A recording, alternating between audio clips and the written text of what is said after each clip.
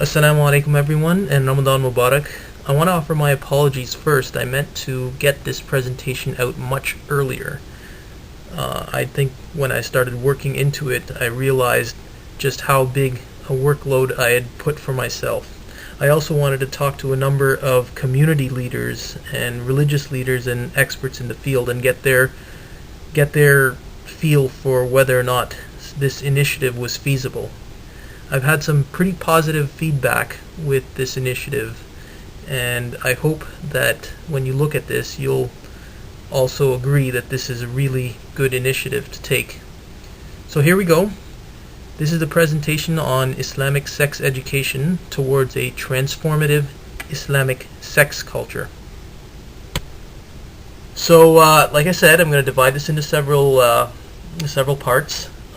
And we're going to start with discussing, first of all, the background for those people who don't know why this initiative was begun, and also some functional improvements that I think we can, that we want to discuss about how our mosques and Islamic centers work. And again, we'll get into more detail about that in a minute. Okay, so as many of you know, there is a new sex education curriculum that's been introduced by the Liberal government in Ontario, and that's to take effect starting this September. And of course, there were many Muslim parents and many Muslim leaders in our community who were quite upset and who were quite vocal in their opposition. And it's worth mentioning that many Muslim parents are okay with the new curriculum, whether it's because of secular leanings or the deep void that we have in our community about talking about these issues, or just other reasons in general. It's quite clear to me, though, and probably to a lot of other people, that the issues that need dealing with extend far beyond the introduction of the new curriculum.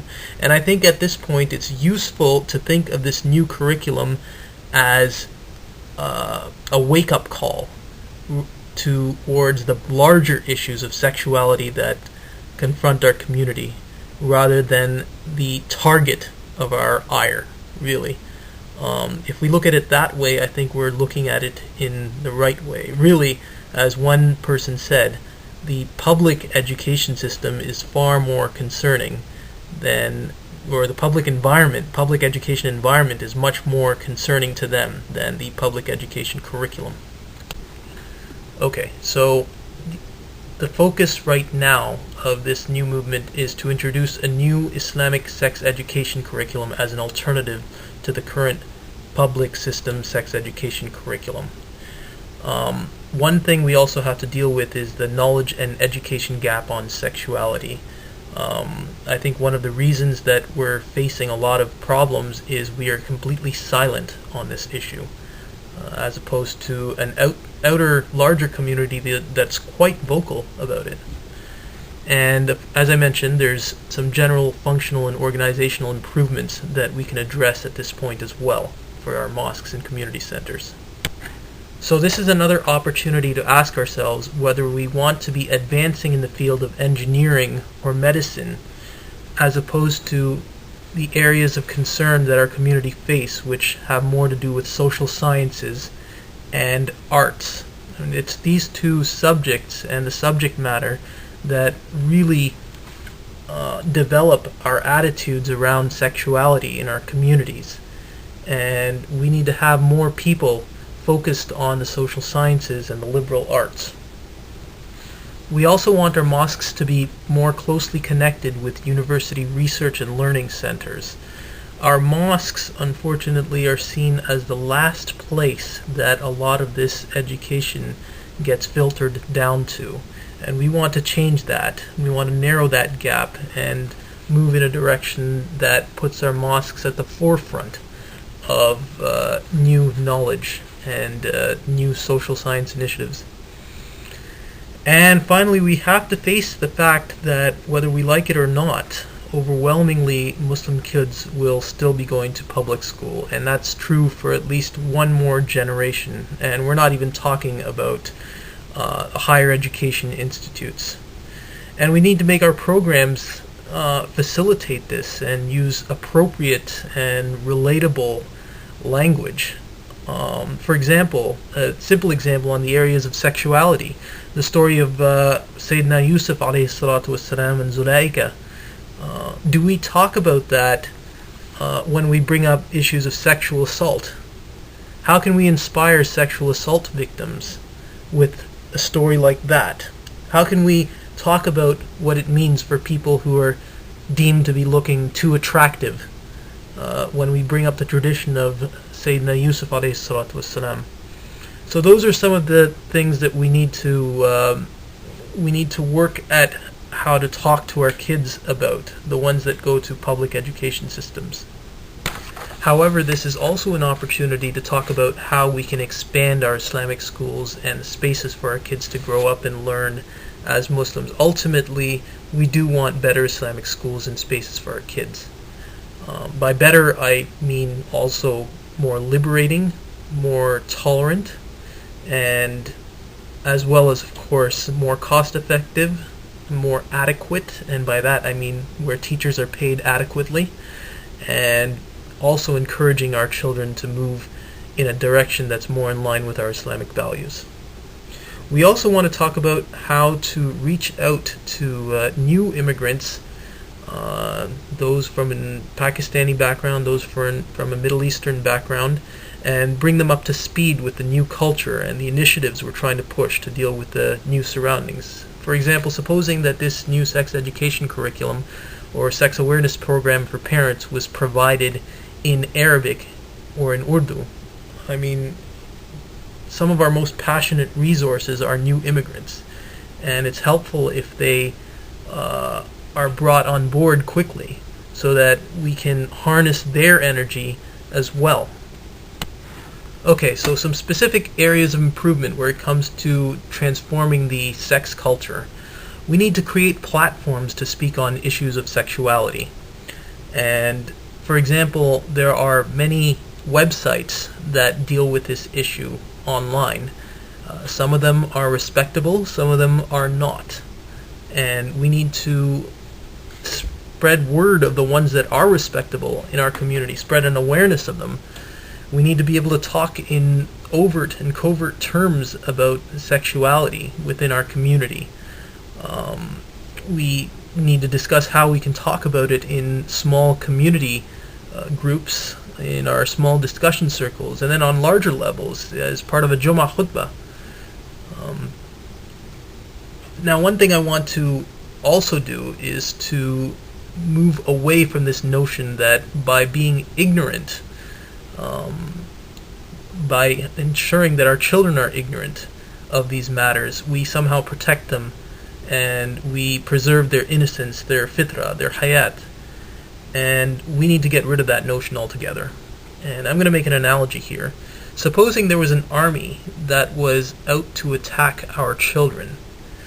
As a community, we would probably be in favor of standing up to the army and equipping ourselves with the best of arms to confront this army and to defend our children.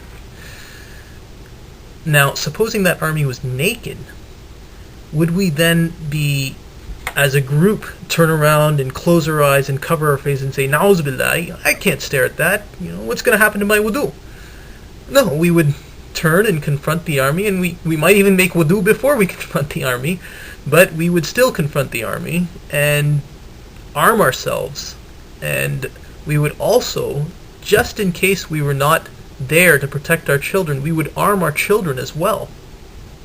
So we need to see this hypersexualized environment and some of these issues that crop up as that army that we're confronting, and we need to see our knowledge base as the weapons and the arms with which we seek to defend our children and to equip them to defend themselves. Now, having said that, I can also understand the need to preserve and encourage positive fitrah and hayat in our communities. And among the things I'm going to suggest is that we look back into the character of shyness and bashfulness and examine how that's seen in this current society. I mean, you'll never see it as a positive in this society as you get out of your childhood. It's seen as something that you need to grow out of, like an appendix or like wisdom teeth.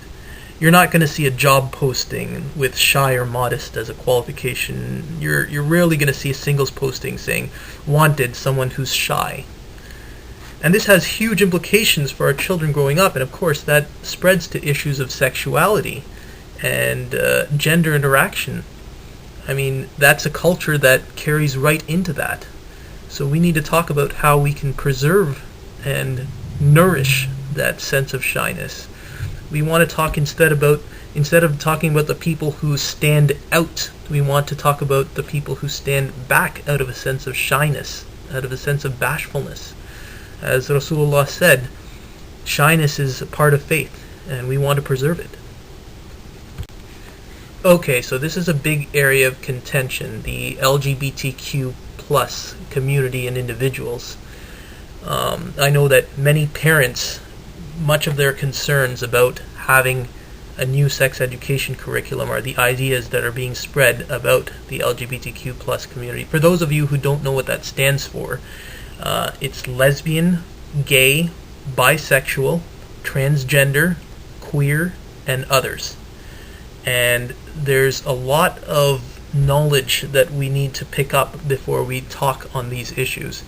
I think that part of what we need to do is update our own knowledge on the subject.